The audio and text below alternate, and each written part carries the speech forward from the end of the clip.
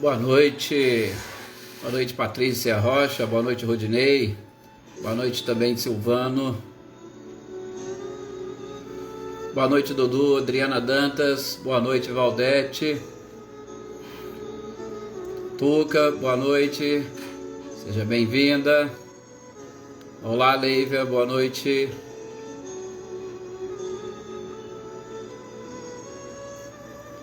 Boa noite também, Wagner. Seja bem-vindo.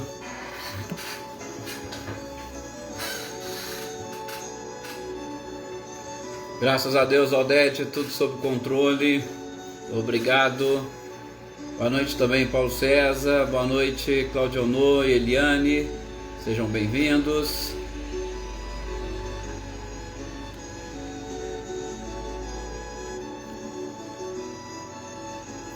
Boa noite, Wellington Pereira. Olá, Helena, seja bem-vinda. Adriana Alvarenga, boa noite.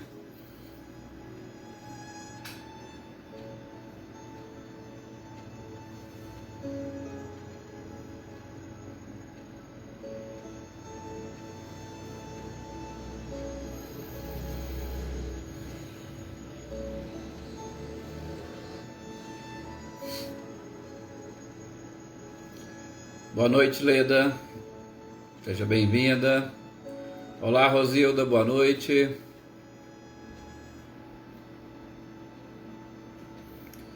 É isso mesmo, Wagner. Uma ótima semana para todos nós.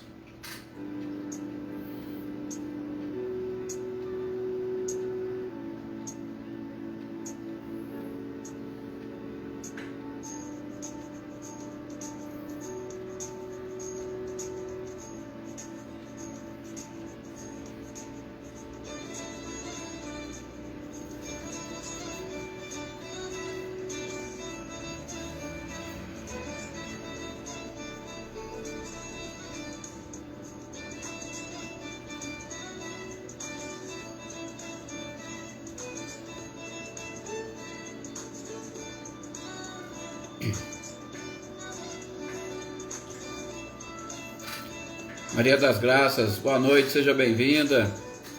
Aniversariante do dia, né, Maria das Graças? Parabéns para você. Muita paz, muita alegria, muita harmonia. Lucélia, boa noite, Lucélia, seja bem-vinda.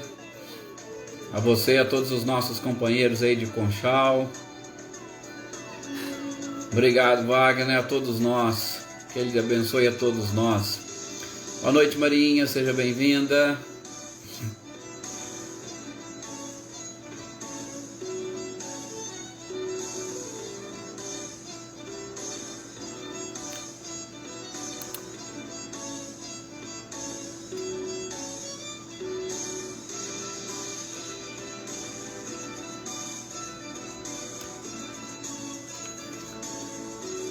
Olá, Luísa Nalim, seja bem-vinda, seu Luiz Alberto.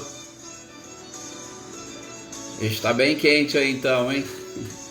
Que esse calor humano também se espalhe. Boa noite, Adaí, seja bem-vinda.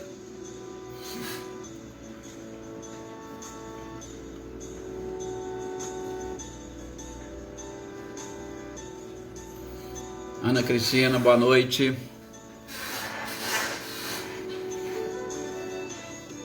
Olá, Lídia, boa noite, seja bem-vinda.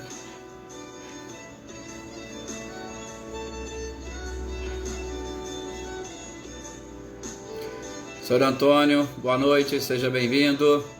Boa noite também, Eveline, Roberta, sejam bem-vindas.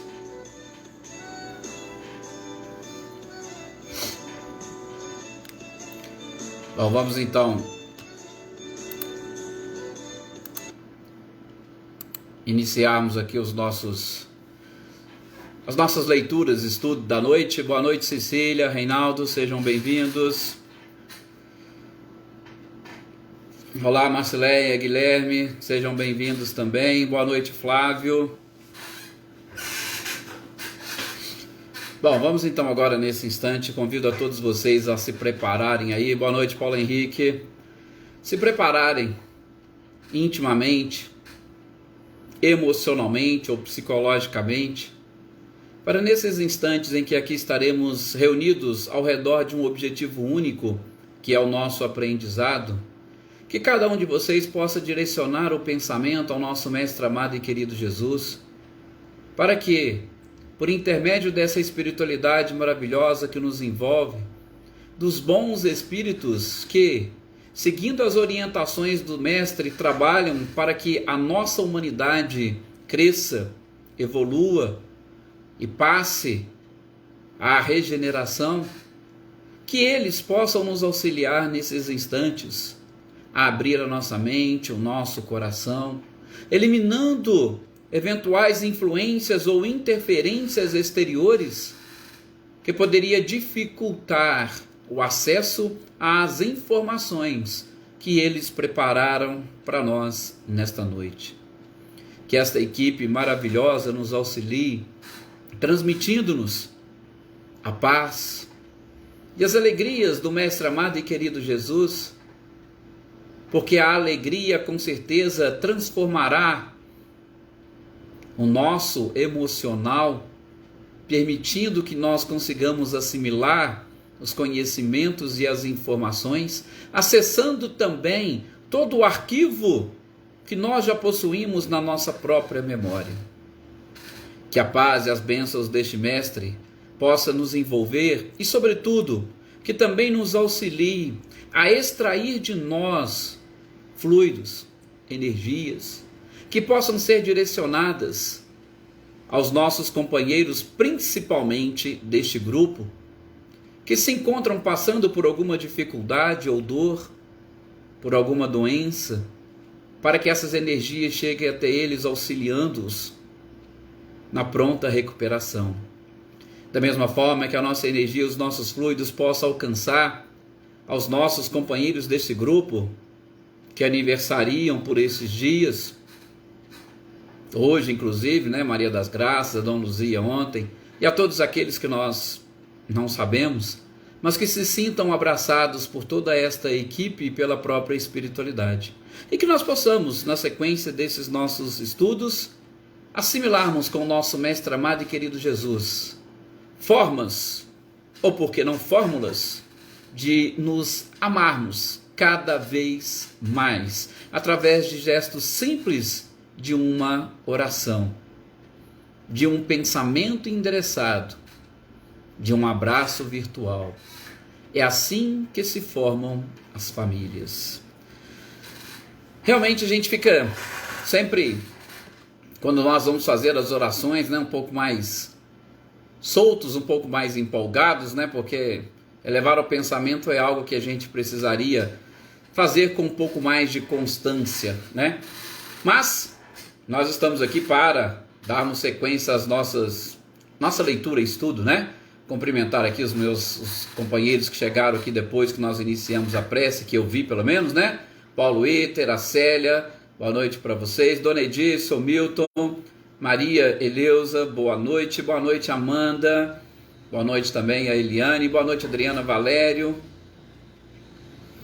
E a todos aqueles que chegarem, forem chegando, que vocês consigam também entrar no mesmo clima que nós estamos, principalmente para estudarmos, se eu posso assim dizer, ou para fazermos esta leitura, e uma leitura bem delicada, deste capítulo 5º que nós estaremos iniciando no dia de hoje, cujo título é Bem-aventurados os aflitos.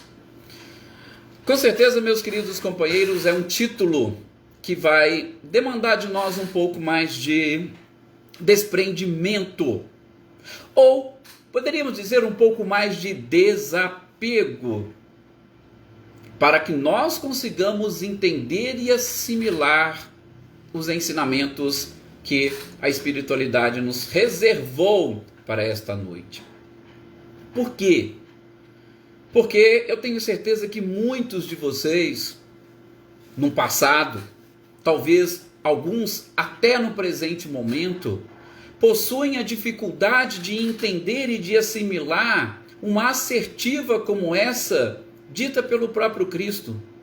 Porque como nós poderíamos dizer que felizes são aqueles que estão em sofrimento, que felizes são aqueles que estão experimentando aflições. Como?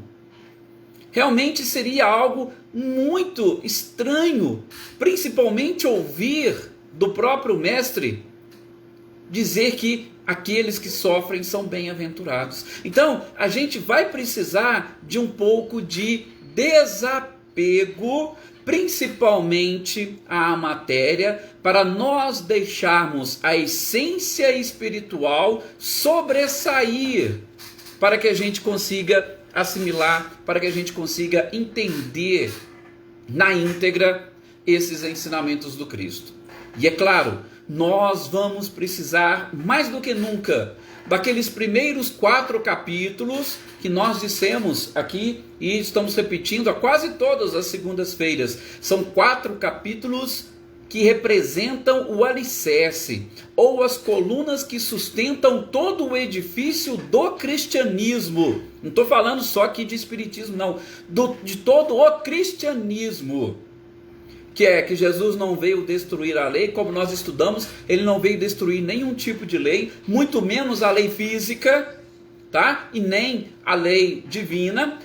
Lógico que quando a gente vai entender ou interpretar essa questão da lei física, a gente tem que ver aquelas leis que regem o mundo físico. Não estou falando daquelas leis humanas que os homens estabelecem, não, tá? São as leis que regem o mundo físico.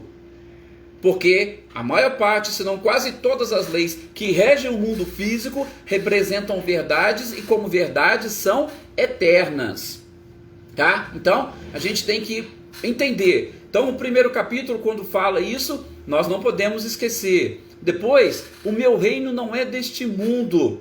Quando Jesus diz que o meu reino não é deste mundo, tentem lembrar tudo aquilo que nós já vimos nessa nossa leitura, estudo. Exatamente onde ele procura nos mostrar e nos convidar a termos um ponto de vista diferente da vida como um todo. Nós que aqui estamos, todos como seres inteligentes da criação, advindos especificamente de um princípio inteligente, criado separadamente ao princípio material, nós somos imortais. E como seres imortais, nós temos que visualizar um reino de Deus, ou um reino dos céus, muito além desta carcaça que nós envergamos nesse instante, deste corpo e de todas as coisas que nos cercam. Depois, a questão das diversas moradas na casa do Pai.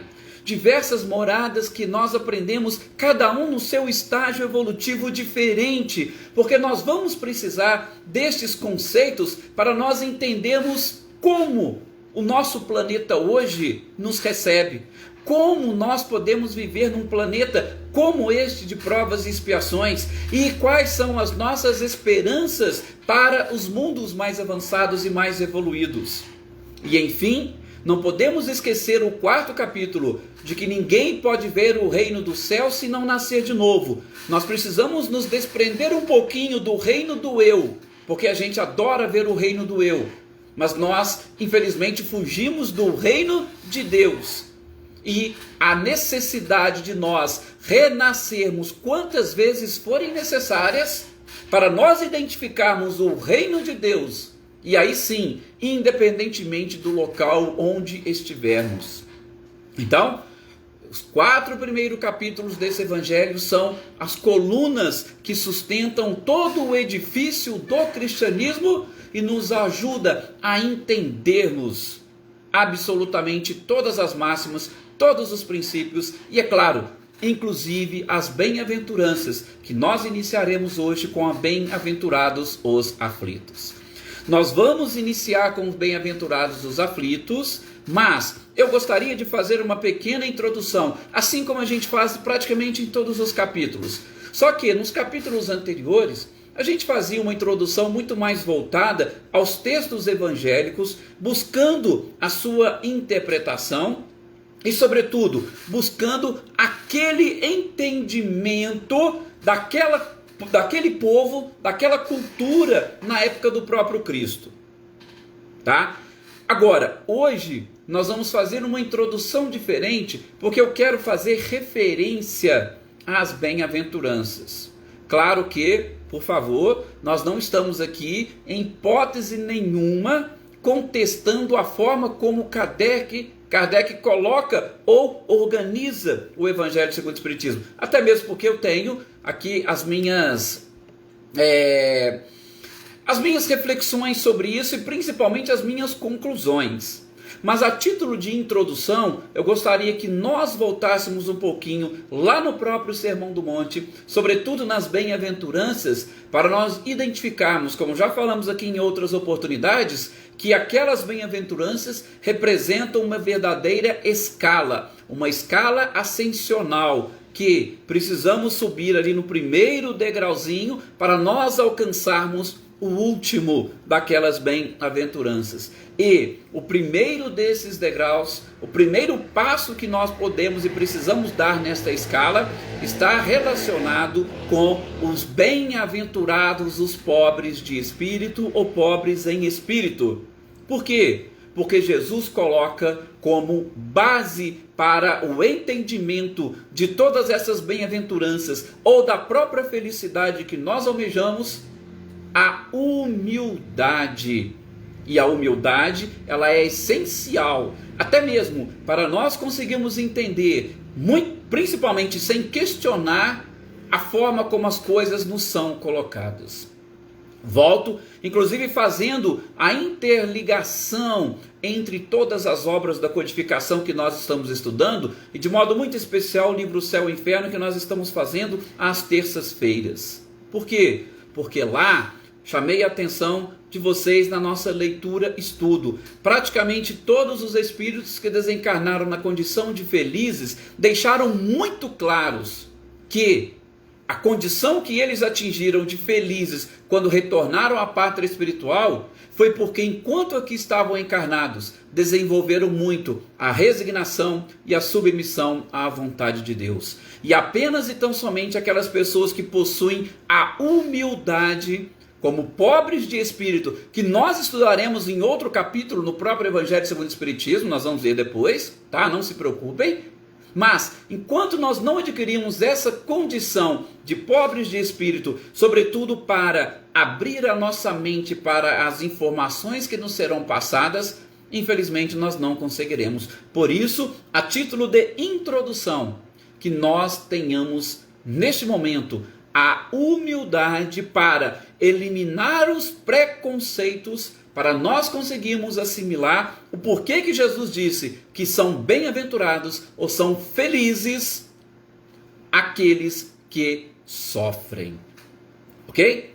E, só para eu fazer aquela minha pequena conclusão que eu disse para vocês, o porquê que eu acho que Kardec colocou aqui os bem-aventurados os aflitos antes mesmo dos bem-aventurados os pobres de espírito, diferente do que Jesus colocou no Sermão do Monte, é exatamente por conta, repito, conclusão minha, exatamente porque eu entendo que no momento atual que nós estamos atravessando no nosso planeta, há essa necessidade porque infelizmente muitos de nós, se não a grande maioria, procuramos, em especial aspectos religiosos, ou procuramos cuidar, ou tratar, ou curar as nossas doenças a partir das nossas dores.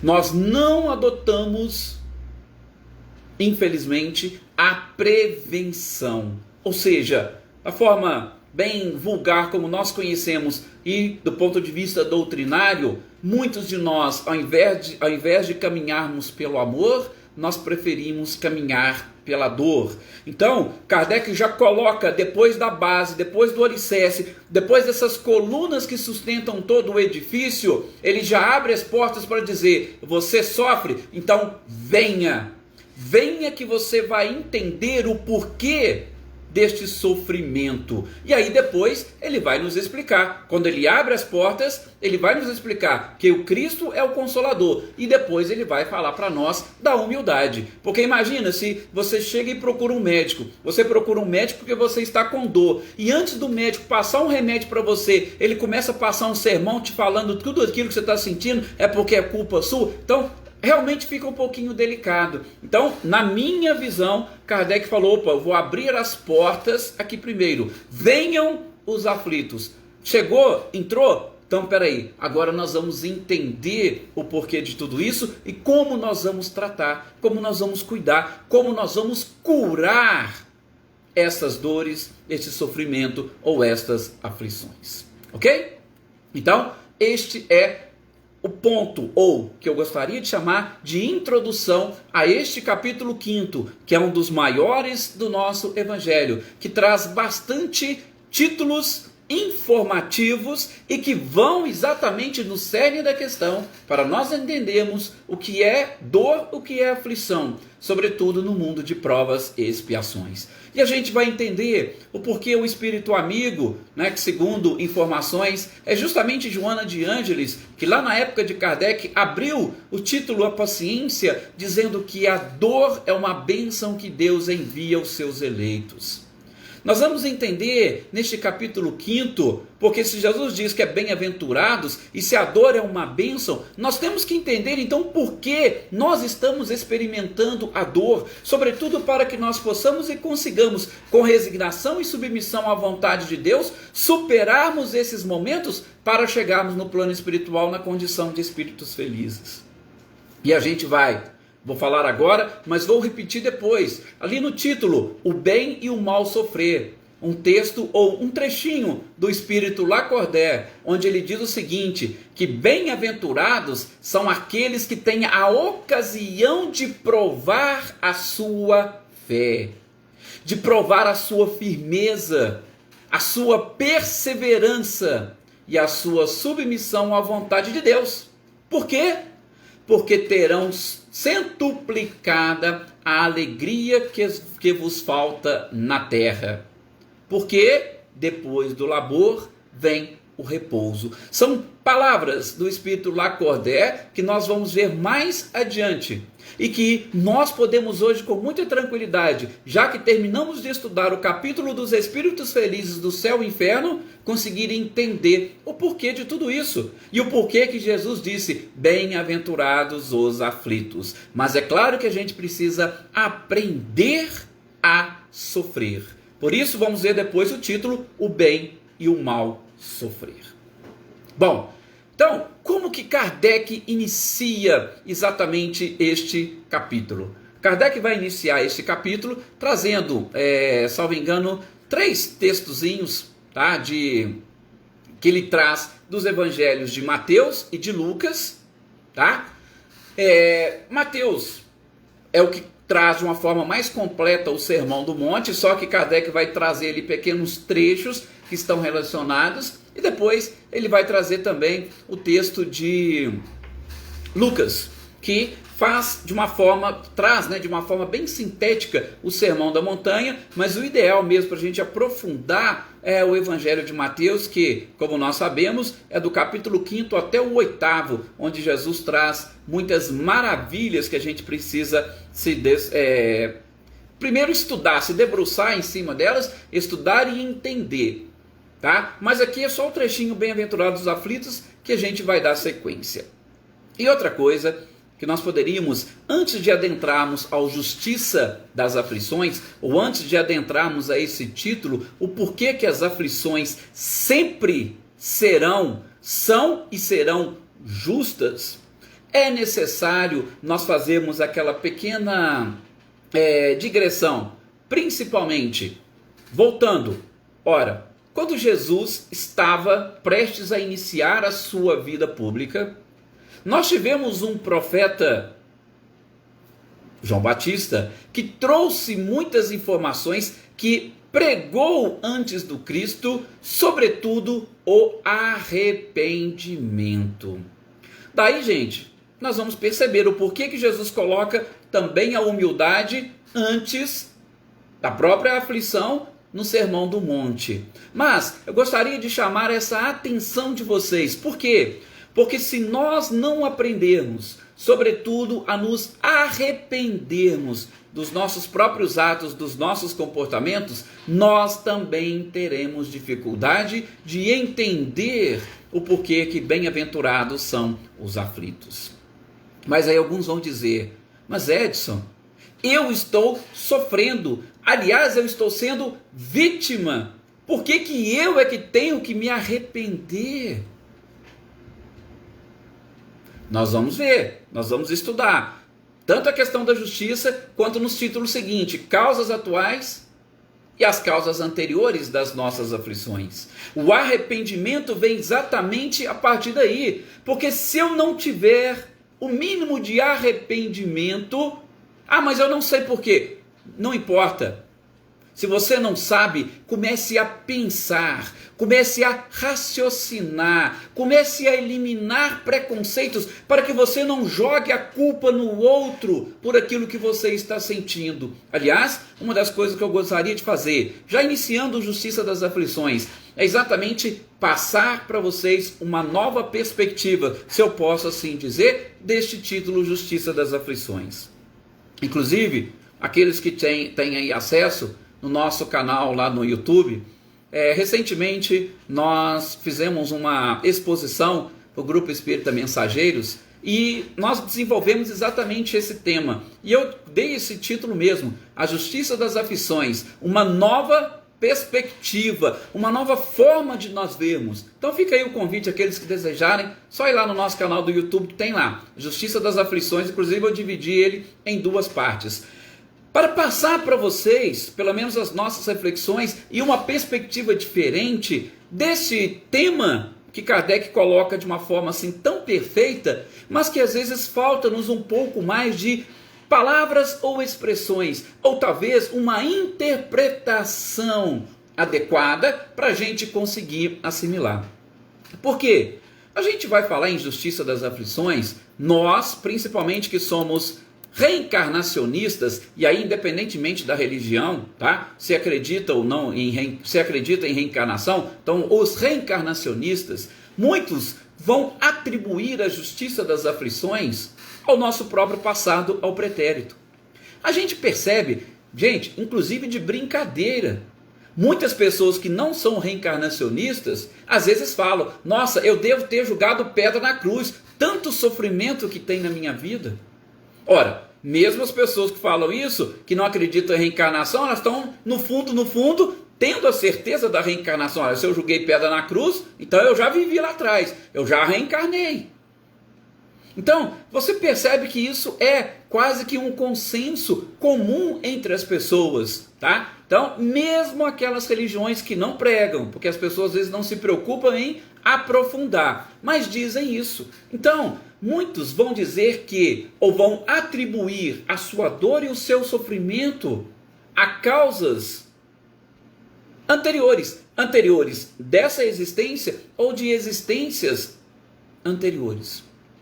E eu queria julgar uma nova perspectiva para que nós consigamos, por que não, aliar a justiça das aflições com a própria possibilidade de o amor cobrir uma multidão de pecados.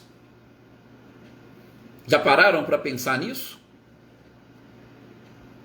Kardec vai iniciar esse trecho Justiça das Aflições, e aí a gente vai conjugando essa nova perspectiva que a gente quer desenvolver com Kardec.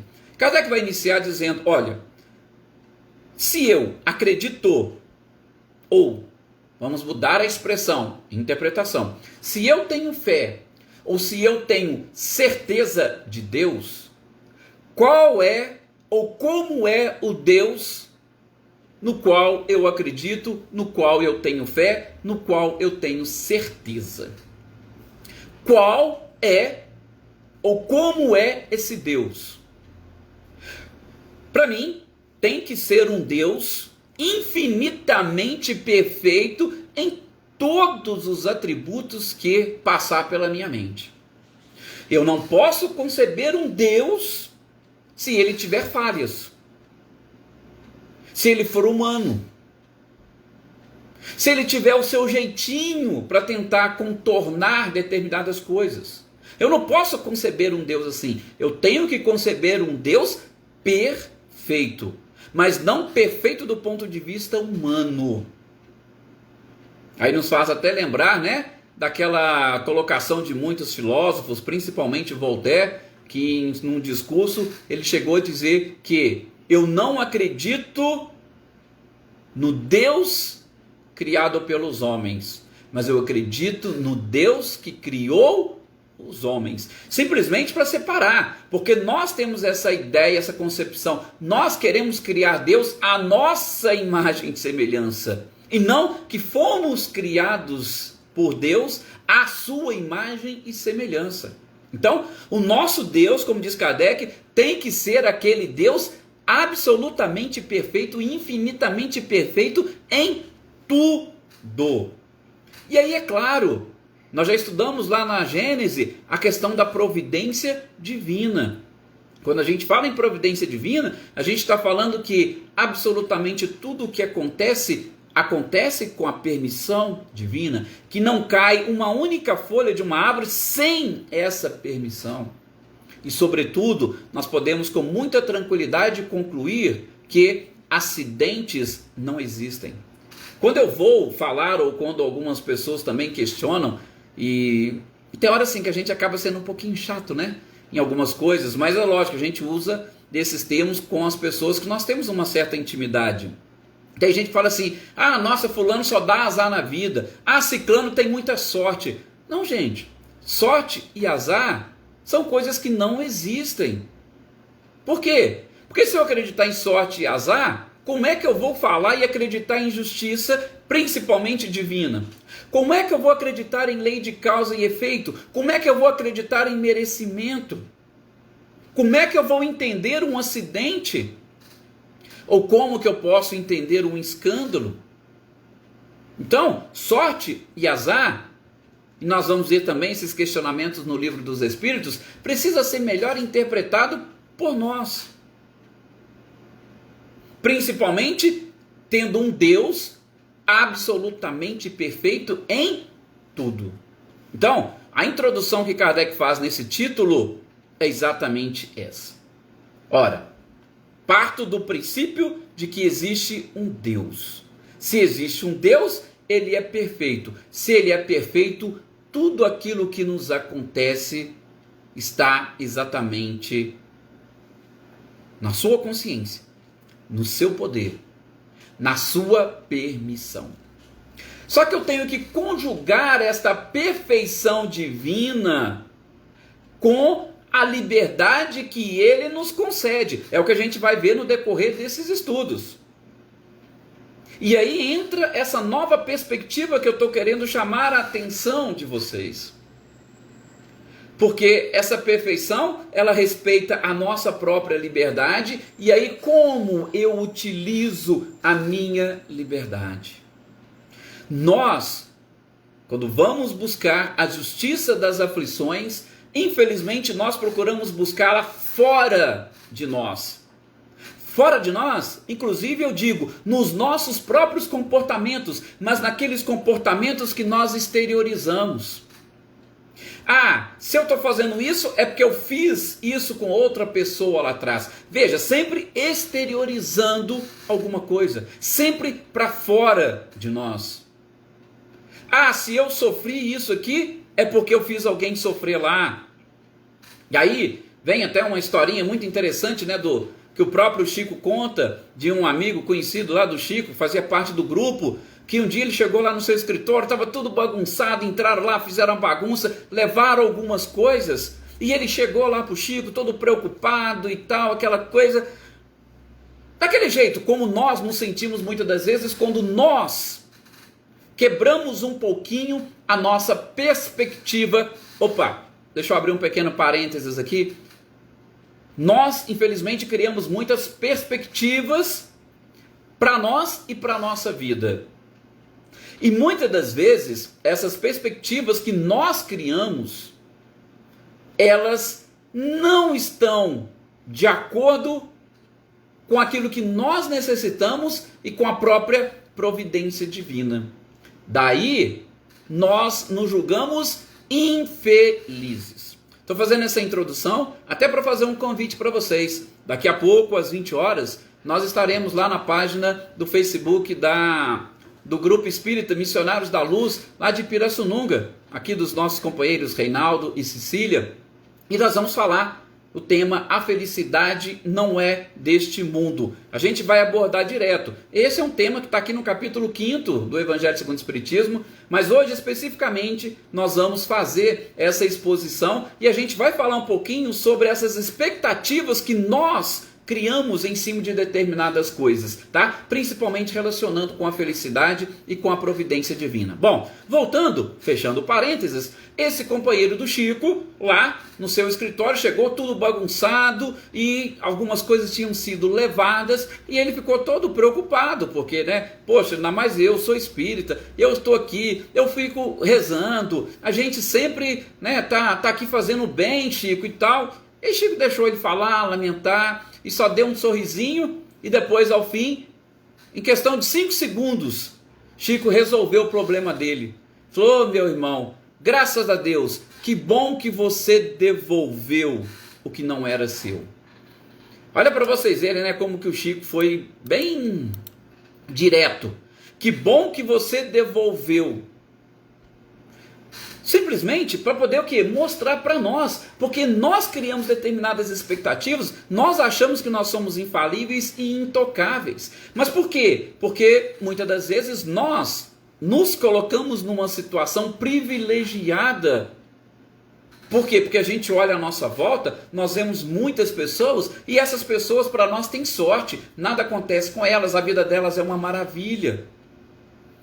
Mas, gente, nessas aflições, e aí eu já contei aqui uma outra historinha do Chico, né, que uma pessoa falava exatamente isso: poxa, meu vizinho só fica fazendo churrasco e tal, todo final de semana, e eu aqui rezando, e parece que... Aí Chico falou: meu filho, não se preocupa, você já despertou, ele ainda não, ele ainda vai ter a sua oportunidade de despertar. Então, tá vendo como é que aos poucos a gente vai entendendo por que bem-aventurados são aqueles que sofrem, mas como diz Lacordaire, aqueles que sofrem porque estão tendo a oportunidade de testar a sua fé, de testar a sua perseverança, a sua submissão à vontade de Deus, muito mais nesse sentido. Mas, para fecharmos aqui as nossas reflexões e, sobretudo, essa nova perspectiva que eu estou querendo passar para vocês, de novo, nós sempre analisamos a justiça das aflições de todos os atos e fatos que nós participamos, ou seja, sempre nós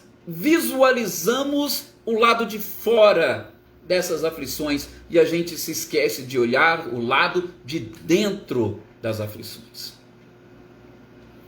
Quando Kardec faz esse importantíssimo questionamento na questão 919 e 919A do Livro dos Espíritos, o caminho para a felicidade, e a espiritualidade responde, Santo Agostinho, principalmente de uma forma fantástica, em cima do conheça-te a ti mesmo, ele está exatamente falando para cada um de nós: tenha uma nova perspectiva sobre a justiça das aflições. Ou seja, não olhe externamente aquilo que está acontecendo, mas veja internamente. Vou tentar explicar essa nossa visão através de um ditado muito popular, se eu posso chamar de ditado, mas pelo menos é uma frase que muitas pessoas dizem. Muitos falam: eu sou muito bonzinho, mas não pisa no meu calo, não. Ah, por quê? Porque se pisar no meu calo, aí nem eu sei do que eu sou capaz. Não é mais ou menos assim? Bom, agora olha o seguinte, gente. Quando, utilizando essa expressão para a gente tentar entender, quando alguém pisa no meu calo, e aí eu, como se diz, né? Vou sair daquela minha paz, daquela minha tranquilidade e vou externar tudo isso de, aspas, negativo que eu tenho dentro de mim. Eu pergunto a vocês, o problema está porque alguém pisou no meu calo? Ou o problema está exatamente no calo que eu mesmo criei? Porque a gente preocupa: fulano, você pisou no meu calo. Ah, mas espera aí, por que você tem calo? Esse calo não foi você que desenvolveu? Então veja, não é o outro que pisou no seu calo, não. É você que desenvolveu o calo que não poderia ter desenvolvido.